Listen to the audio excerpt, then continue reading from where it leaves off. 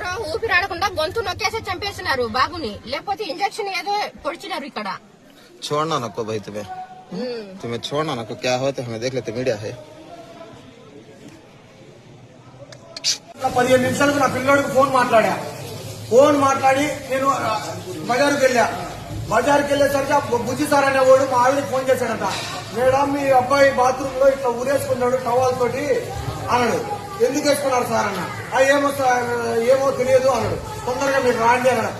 Sir బాబు ఎట్టున్నాడు అంటే బాగానే ఉంది, ఇబ్బంది ఏం లేదు, హాస్పిటల్ తీసుకుంటూ రాండి సార్ అంతే. మేము ముగ్గురు ఏడుస్తూ వస్తే రమణారెడ్డి సార్ యాజమాన్యం ఇద్దరికి ఫోన్ చేసి సార్ నా పిల్లడికి డబ్బులు ప్రైవేట్ హాస్పిటల్ చేర్పించారు సార్, మంచి హాస్పిటల్ చేర్పించారు సార్ అంటే గవర్నమెంట్ హాస్పిటల్ పడేసి అందుకూరు హాస్పిటల్ అని వాడు చైతన్య సార్ ఫోన్ చేశాడు.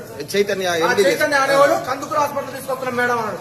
ఎందుకు తెస్తున్నారు సార్ నా పిల్లడిని అంటే హాస్పిటల్లో అది చేర్పించామన్నారు అన్నాడు. అది చేర్పించామని అన్నాడు. మేము ఆడికి వీళ్ళకంటే 60 కిలోమీటర్లు ఉండే వాళ్ళ మేము తొందరగా వచ్చాము. ఈయన 10 కిలోమీటర్లు తేడానికి మేము వచ్చినాక వచ్చాడు.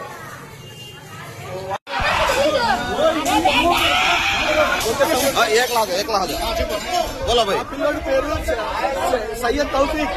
అతను నవోదయ కోచింగ్ కోసం ఇక్కడ 1 సంవత్సరం నుంచి చదువుతున్నాడు. ఆ కోచింగ్ తీసుకుంటూ మంచి మార్కులతో సీట్ వచ్చే విధంగా ఈ మధ్య ఎగ్జామ్ రాశాడు. నానా సీట్ వచ్చింది పెద్దనాన్న, నేను వెళ్తున్నాను, నాకు రాజస్థాన్ అటు సైడ్ మంచి సీట్ వచ్చింది అని చెప్పాడు. వారం ముందే వచ్చాడు ఇక్కడికి. మధ్యాహ్నం వాళ్ళ అమ్మతో మాట్లాడాడు. ఆల్రెడీ అతని వార్డెన్ మీద 2 సార్లు 3 సార్లు కంప్లైంట్ ఇచ్చాడు అతని మీద. సార్ నానా ఇక్కడ నన్ను ఇబ్బంది పెడుతున్నాడు వార్డెన్ అని ప్రిన్సిపాల్ కూడా కంప్లైంట్ ఇచ్చారు. అది పట్టించుకొని గంట ముందు మాట్లాడుతున్నారు. గంట తర్వాత శవమై తేలాడు మా పిల్లని. ఇక్కడంతా గొంతు నలిపేశారు, గుచ్చి ఉన్నారు, లోపల గుచ్చున్నారు మా పిల్లని. మా పిల్లని అన్యాయంగా చంపేశారు అతన్ని. మా పిల్లోడు ఎటువంటి చాలా ధైర్యవంతుడు, ఏ విషయంలోనే దుడుగ్గా ఉంటాడు, బాగుంటాడు. అతను ఏ విధంగా చంపారో మీరే న్యాయం చేయించాలి. మాకు ఈ మీడియా వల్ల మాకు న్యాయం చేయించాలి. ఇలాంటి సంఘటన ఇది నేనైతే చెప్తున్నాను.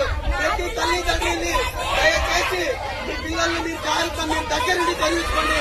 ఇలాంటి వాటిల్లో ఇలాంటి ప్రిన్సిపాల్లు మీ పిల్లల యొక్క జీవితాన్ని నాశనం చేస్తారు. దయచేసి మీ పిల్లల్ని జాగ్రత్త తీసుకోండి. ఇది ఒక మా గుణపాఠం. దయచేసి మీ పిల్లలతో తీసుకోవద్దు.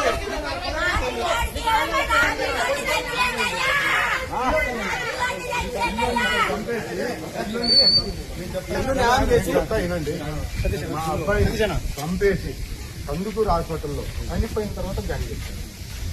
స్టేట్మెంట్